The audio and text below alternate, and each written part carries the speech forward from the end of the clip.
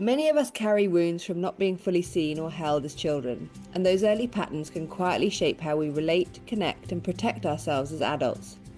Today on Mastering Change, I'm joined by Vaughan, Director of Training at the NARM Training Institute, who teaches the NeuroAffective Relational Model, a non-pathologizing, deeply relational approach to healing developmental trauma through safe, attuned connection. Here's my conversation with Maya. Maya, welcome to the Mastering Change podcast. It's an absolute pleasure to have you here. Thank you. So if you could just, in your own words, Maya, just give me a little bit of background about yourself and how you found yourself, as you said you were just about to say, like here to me, really, to ultimately, and through the work that you're doing in the trauma space. I think my journey in trauma healing began way before my professional journey in trauma healing. I think I was kind of born with an interest in human psychology and human interactions and what it means to be human, and especially the relationships between humans and how they have the potential to wound and to heal. And I think that's something I'd kind of always carried with me, and just seemed to know that my early childhood experiences, being left and rejected by a father, and the kind of heartbreak that I somehow could even plug into as an adult, that painful heartbreak and what it led me on to do, how that heartbreak caused me to basically be running my whole life, running away from the grief. And I somehow kind of, a part of me, before I'd even begun to understand really psychology or the mechanics of developmental trauma, I somehow had this knowing that moment or series of moments had kind of indelibly impacted me before I even understood about ACEs and childhood trauma, and how it had kind of sent my nervous system into a kind of dysregulated performative state where I was like, see me, let me show you that I can dazzle you and charm you so you don't ultimately break my heart. And I think that kind of knowing is what led me to start to research, make sense of it. I tried a number of different therapies, psychotherapies, many of which are the reason why I don't do or offer professional courses in those types of therapies, which I experienced on the whole as being quite gaslighty and not very attuned or resonant with my experience. And so I found myself in lots of so-called very highly recommended psychotherapeutic approaches with highly recommended psychotherapists or psychoanalysts. And I think thanks to my mother, I always had quite a strong instinct about what felt safe and what didn't. And on the whole, I experienced those sessions from quite a young age, actually, as not very safe and not holding and not very relational, and kind of made me question my own truth, and which, a bit of challenge is good, but this over-analysis, just instinctively, I kind of knew this isn't the way to integrate and heal my past experiences. I need something that honors the whole person and makes me feel safe enough to unfurl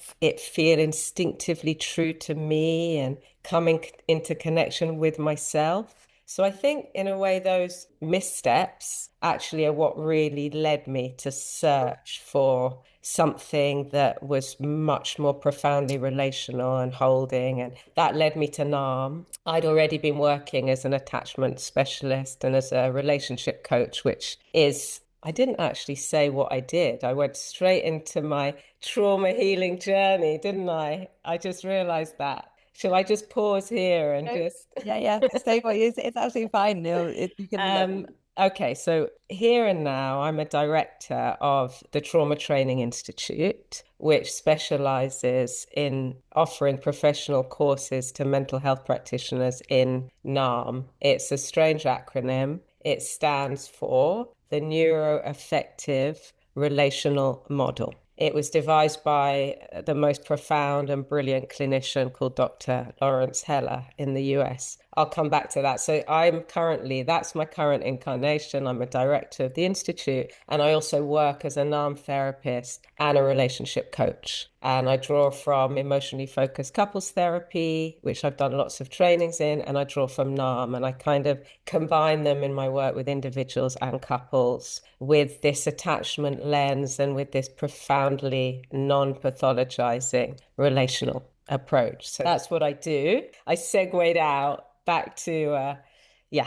So how did you come across NARM then, and why was it so different to the other modalities that you'd kind of tried to use? I came across an arm initially because a very close friend and colleague of mine who I'd been on the kind of trauma healing journey with for many years. He's a psychologist. He's now the clinical lead actually for my non-professional trainings in the UK. But he'd been saying to me for ages, Maya, this model just encapsulates all that we're looking for. Not only does it have a brilliantly simplistic and yet profoundly deep, because human experience is complex, but a really clear way of understanding the mechanics of developmental trauma, how our early experiences imprint us. And so that's one piece. So it's a very clear, comprehensive framework, which helped me make sense of this instinct I'd had right from word go that this early heartbreak had led me to operate in ways that were not serving me. Dysregulated, anxious, efforting, constantly needing to prove, fixing. And I kind of had this instinct. And then the NARM framework just profoundly made sense to me. It just fitted a kind of knowing and gave me even more depth. That's the framework. And then the practice of NARM is so profoundly relational and non-pathologizing and non-analytical and very kind of present process that the experience of receiving an arm session and giving one is so profoundly connecting that once I kind of started to step into it and understand it and begin to train in it and receive sessions in it, and I still receive sessions in it, and it's still the best model I found for helping me and my clients to come into connection with ourselves in real time. And when we find that home base, that's the anchor from which everything else flows. And it feels a bit magical, but there's actual tools, obviously, that are happening in the space, very precise tools. So how does it work? What does it entail then to have an arm session, for example? Yeah, great question. There's a way of understanding the mechanics of developmental trauma, like I said, and how we understand it is that we adapt as children to survive the profound pain of not being met emotionally in the way we need to. And we're not talking necessarily about the sharp end, abuse, neglect. We're talking about practically every single one of us is touched in some way by not being optimally held as children. And NARM looks at it in terms of our core needs: connection, attunement, autonomy. So that's the kind of ability to be set free in the world and to feel safe to individuate and to love sexuality, for us to be able to enter the world open-hearted without this kind of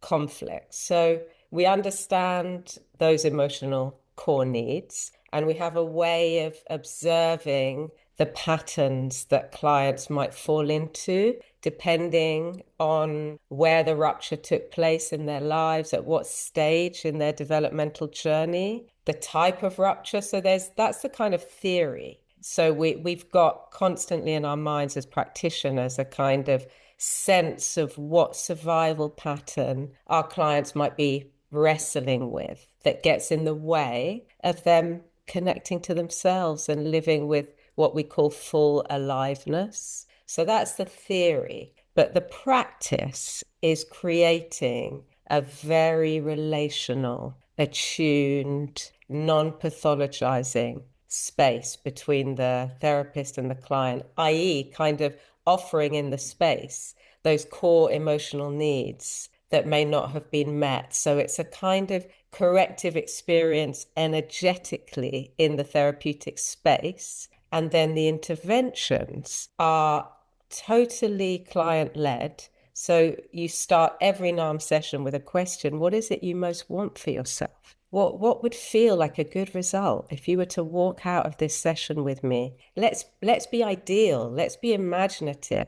And, you know, a lot of people have never been asked what their deepest desires are. And as we start to land in that, most people more or less start to touch on very similar things: freedom, ability to breathe, feel at ease in the world, comfortable, without anxiety, without fear, connection to self. There'll be very common comments around what we most long for, which is to feel connected. You know, it comes in all different phrases and guises. So once we have that desire, it becomes what we call the red thread through which all NARM sessions follow. And so we then just get curious. Let's explore, like, what's getting in the way of you feeling connected to self, or without anxiety, or whatever they've named as their deepest desire. And that's when up comes all these patterns that we adaptations,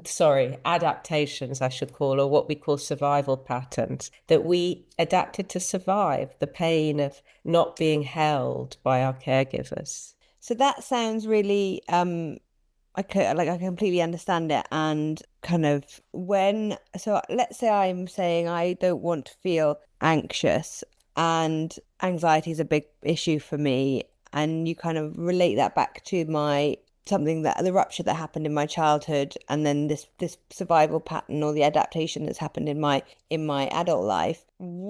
Because naming it and kind of intellectualizing it, or understanding it intellectually, is one thing, but then how do I move forward from that then? Brilliant question. I might have miscommunicated. We actually don't intellectualize in NARM, and we don't name in NARM. So the practitioner is holding that hypothesis in the background, but we're not telling a client what's happened. We're not actually necessarily even spending a lot of time in the backstory or the ruptures, because we understand in NARM that everything that's getting in the way of connection to self, these early adaptations, although they happened in our childhood, and the driver for these adaptations, which I haven't mentioned, is all around fear of attachment loss. So if you're not met optimally, what a child will do is it will, in order to hold on to the attachment with the parent or the caregiver,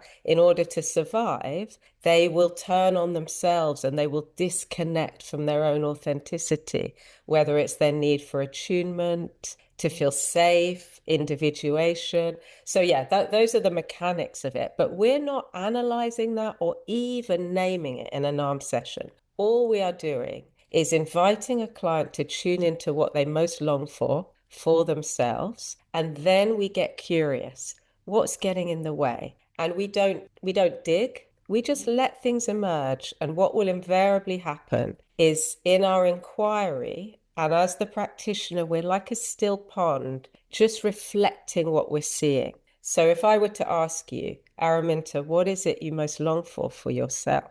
What would feel like a wish come true? What might you say? Right now, not to be so tired, but that's Okay, so let's say anxiety is the piece, and you say to be less anxious, and we wouldn't stop there. We would say, and I'm curious, if you were less anxious, what would that look like? So we start to land in like a positive longing. So you might say, I don't know, I guess I'd feel more comfortable in my own body, or I'd feel more at ease, or something like that. And we'd land in what felt true for you. And that could take, by the way, 5 minutes or 5 sessions. Really depends. We'd land in what felt true for you, that kind of, and you feel it and you see it in the client. There's a kind of what we call a psychobiological shift. Something starts to settle, the eyes open, we start to feel a connection. And we'll say, it feels like we've landed on something. And usually there's an agreement, because what the practitioner's observing, they always check. They're never assuming, does that feel right to you? And if they say yes, then we start to explore. But again, we're not analyzing, we're not putting theories, we're letting whatever needs to surface come up. And what we see is those early adaptations that we take through our lives that no longer serve us, although they did once, they protected us from the pain, show up. And what we'll see is you'll start to say, I'll say, I'm curious, what's happening right now? Oh, I'm starting to feel a bit stressed. I feel like I can't breathe and my breathing's getting shallow. Okay, let's be with that. And you're also not trying to get anyone anywhere in NARM, because the idea of a kind of destination is getting in the way of their own unfurling. And so we'd go on a curiosity-led journey without naming, without analyzing. And the client starts to get a felt experience of the contrast between being in connection, where they can breathe more deeply, something feels true, their eyes brighten, they feel more settled in their seat, to disconnection, where they start to contract, their breathing starts to go more shallow, they start to have fear-based or shame-based thoughts, the inner critic comes up, and the non-practitioner just keeps reflecting. And I'm curious, what's happening for you right now? Oh, there's this thought. Okay, and how does it feel to notice that? Oh, actually, there's something that feels a bit more easeful just by naming it. Okay, so as we start to track, you're tracking the client a little bit like an organism on a rock, like an anemone on a rock. Now you're unfurling. Now you're in a connected place. What are you noticing? Something happened. The contraction. And the contraction is the adaptation, and we start to get to know it. Right here, right now, there's something that keeps getting in the way of your being just fully dropping in an authentic place. It's quite amazing to track. And then the client gets better at tracking it, and that gives them more anchoring in their own connected aliveness. So do you explain to the client that you are tracking them, then that you are seeing? You say, "Oh, look, now you've contracted, and This must be something that's come up for you now." And then, yeah, well, they get, because it's so felt. It's such a present process, experiential, non-analytical experience that if you're reflecting the client correctly, they'll be able to name without giving it psycheducation words, or they'll just say, yeah, I feel a bit heavier. Suddenly I can hear the birds singing outside. My breathing feels a bit deeper. And then you'll say, oh, okay, can we just hang out here for a bit? And then a contraction will start to come. I'm curious, something happened. Oh, I've just had this memory of, and then, or they'll link it to something self-shaming or something. And as they see what they do to themselves, so much agency comes online. It's like, oh, I'm not a victim of this thing I don't understand. I can see what's happening, because we're entering it from a very non-analytical place, a very experiential place, even though all the theory is quite, complex. And what kind of clients then do you think would suit this kind of model best? I mean, because I think I know you said that there are definitely some models out there that work for some people and some that don't. And I think that from my experience, I've heard a lot about NARM, especially in the addiction world. And I've heard some really, I think I said this to you before, I've heard some really, really positive feedback from people in the addiction world who've said that NARM has literally saved their lives, and it's been revolutionary, revelatory, either way. All of those things. All those things I would concur with. Yeah. One of those words. Is there, and from what I'm hearing with you, and obviously you've got the Trauma Training Institute, so obviously complex developmental trauma is something where you would see really it's beneficial. And you mentioned this kind of attachment wound trauma being, and I wonder if, how many more, I mean, that's pretty much everything, isn't it? Anyone with an attachment wound is very often what we see showing up in the therapeutic space anyway. But is there a specific, personality type or that would benefit from this kind of? A great question. I mean, I guess it's a model that is designed for healing and integrating. There's lots of names for it: developmental trauma, relational trauma, attachment wounding, complex PTSD. In my view, most of us are touched in some way or impacted in some way by not being optimally held as children. And so we adapted to survive. And I'm not talking about, there is the sharp end. Of course, there's the sharp end. But most of us, in that bell curve of something not being fully met because our parents were humans and us as parents are humans and we're going to mess up. And it's the nature of the human experience, I think. So I guess I personally feel that most people in the bell curve of wrestling with kind of human pain, challenges where they don't feel that they are fully at ease with themselves or in their relationships, which is most people, benefit from NARM.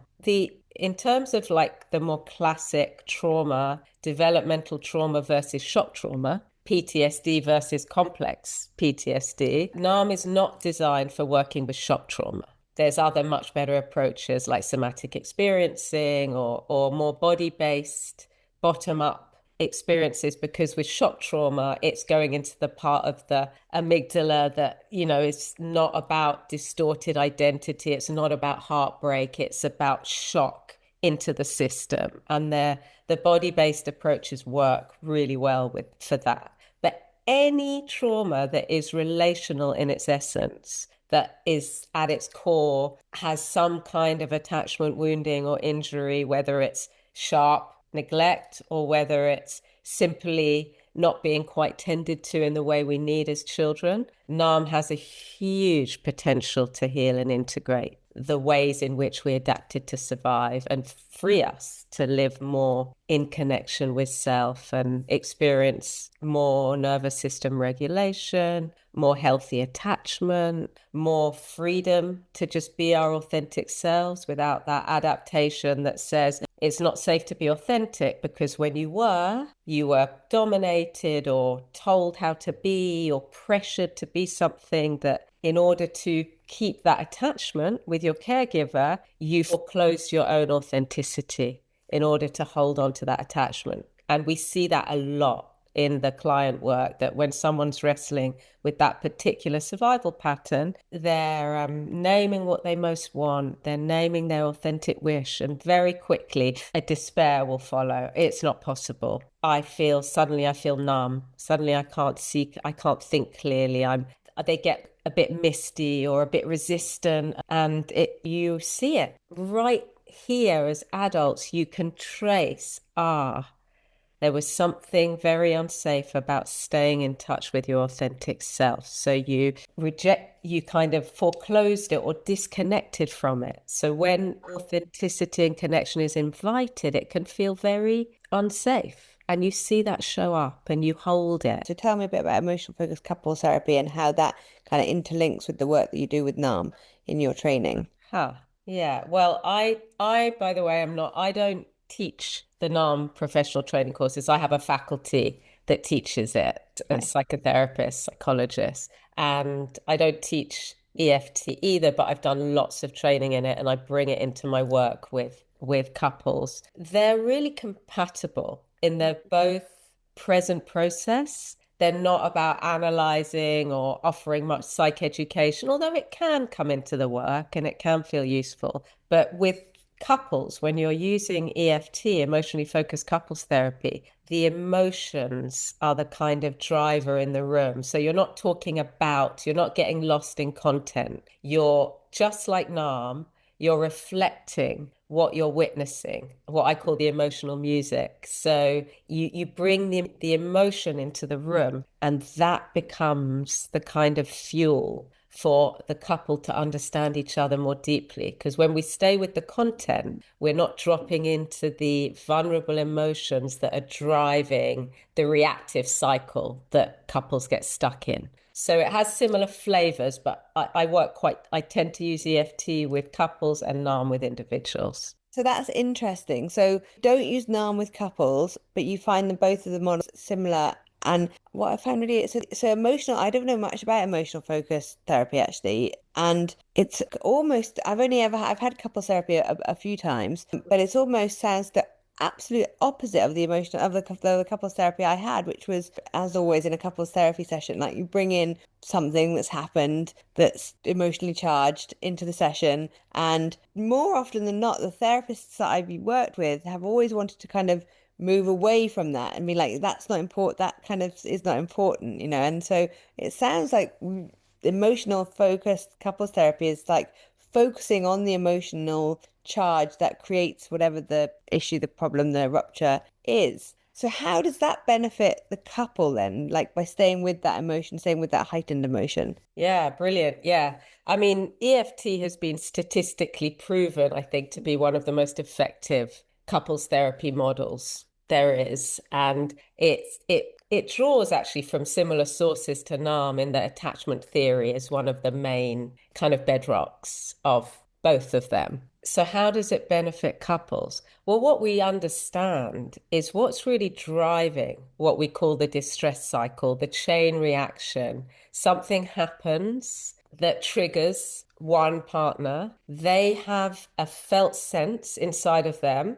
They tell themselves something about the relationship in that moment. If we slow it down, the trigger event is accompanied with a felt sense in the body, a contraction, something they tell themselves, you're a piece of shit, or I deserve better, or why am I always failing at this? There'll be something they'll tell themselves either about themselves, about their partner, or about the relationship. And then they do something with that meaning. They might retreat, they might get angry, they might withdraw, they might shout, they might blame. There will be some reactive behavior that is based on meaning making and vulnerable emotions, attachment fears. It doesn't feel safe here with you. And Dr. Sue Johnson really understood that, I think, the real layers that drive the cycle. And so then they do something that then triggers their partner. Then their partner has a felt sense, a meaning making. Their emotions then cause a protest reaction. And it's all driven by deeper emotions. And when couples come in and say, we've got communication issues, it's like, you don't have communication issues. You have, say, emotional lack of safety issues. And these protest emotions of, I don't feel safe with you when you do that. It makes me feel this. That's what's driving the cycle. And if we don't drop down the layers and get curious about the emotions, like when you say or do that, you make me feel like this. And then I have this feeling. And then in order to protect myself, I do this. If we don't understand it on an emotional level, we cannot transform the cycle.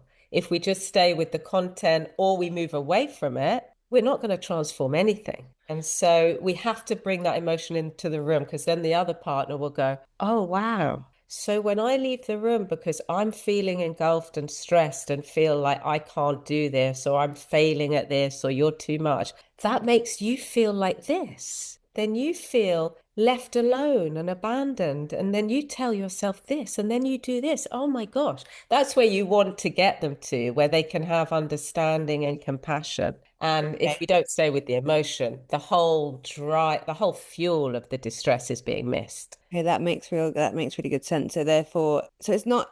So I think I misunderstood a bit, and I was thinking you were staying with the content of the argument, for example, but it's actually how does the argument make you feel ultimately? It's like how does what and what like so if the argument has resulted in one getting angry and the other storming off, how did the one getting angry made the one storming off feel first, and how did the guy storming off or the girl storming off make the person who was getting angry feel? Because both of those feelings will be ultimately the feelings that they're probably replaying from their childhood, essentially.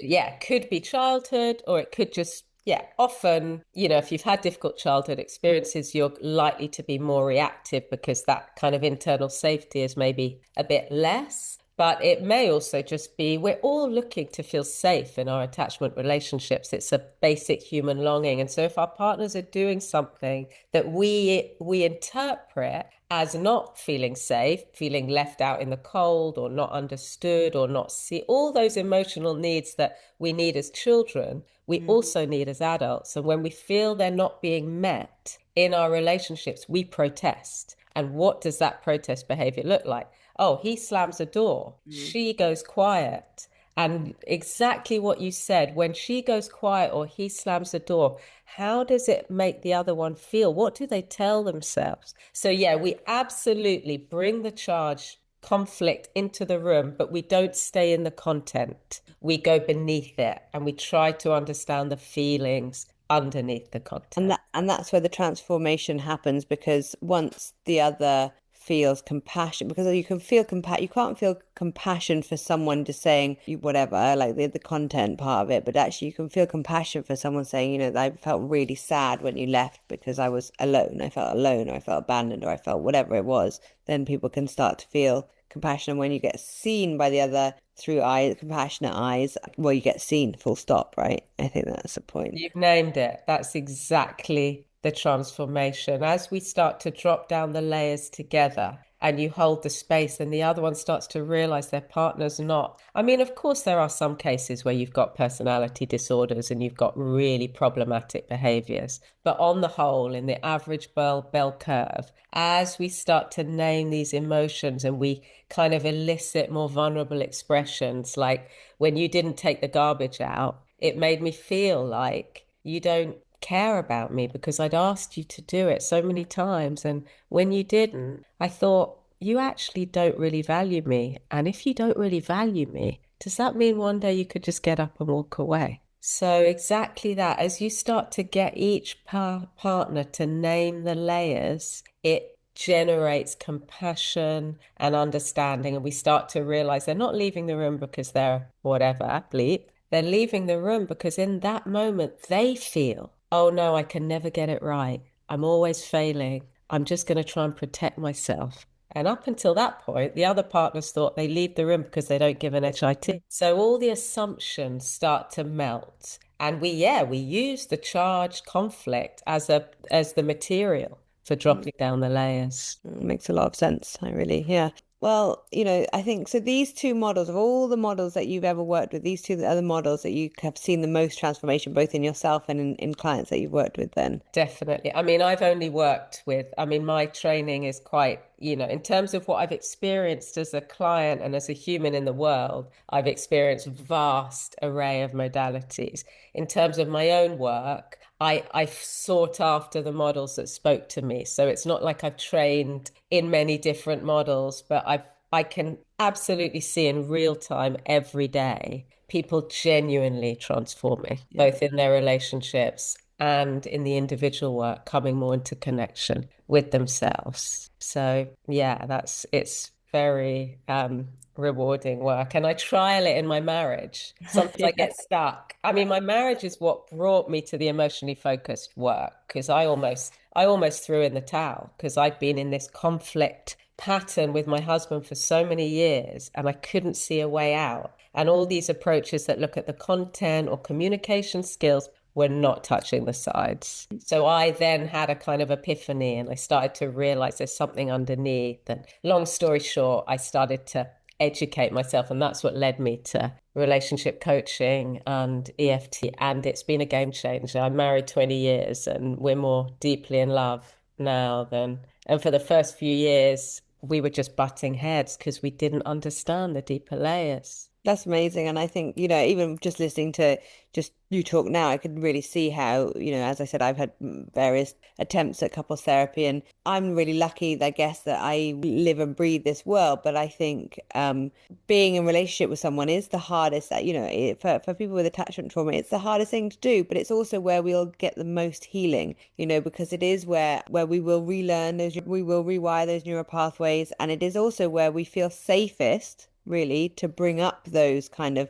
behaviors and feelings and triggers, etc. So being able to work with a therapist or a coach that can hold you in a safe space to work through that stuff, I think is vitally important as well. So it's really, really interesting. I might go and try and find some EFT therapists. Yeah, I mean, what you just named about our relationships being the place where we can heal our wounds. That's why I do what I do, because it was my own lived experience that transforming my marriage and making it a safe place was what actually healed my childhood trauma. I no longer was operating from that place of fear of rejection, because not in the initial phase of my marriage, it took moving it to a safe place to heal the childhood trauma along with it. But that's why I'm so committed to helping couples to transform and create what EFT says all the time, it's about creating emotional safety. That, like you said, our biggest shadows and our biggest pain come up in our attachment relationships. But if we can make them safe by sharing vulnerably, dropping down the layers, being willing to listen, it has huge potential for our own healing journey, more so than any therapy can give you. And have it and being seen and heard and accepted, even in those kind of moments of fear, overwhelm, anger, whatever's come up with your partner, and to work through that stuff, to be honest, I think is really Exactly. really can be healing. So, well, Maya, it's been an absolute pleasure having this conversation with you. Is there anything else you wanted to add before we wrap? No, I was just going to say that, we at the Institute, currently we're offering professional training courses for mental health practitioners in NARM, but we're in the process of developing a really exciting diploma course for body workers or others that haven't come from the kind of psychotherapy or counseling track, to start learning and training in all the elements that form the kind of bedrock of NARM, from somatic, neurobiology, attachment, psychodynamic, the whole thing, including more Eastern approaches and more ancient approaches that had such deep understanding of human pain and healing. And so that's something I'm developing, which we're quite excited about. It's not yet ready, but it will be coming. So watch this space and do check out. Do you know when that will be ready? We're hoping in autumn. Great. Good to know. Nice. Yeah. Okay, so fabulous. I feel really honored that you've made the space for me today. Fabulous. Thank you, Maya. Thanks a lot. Bye.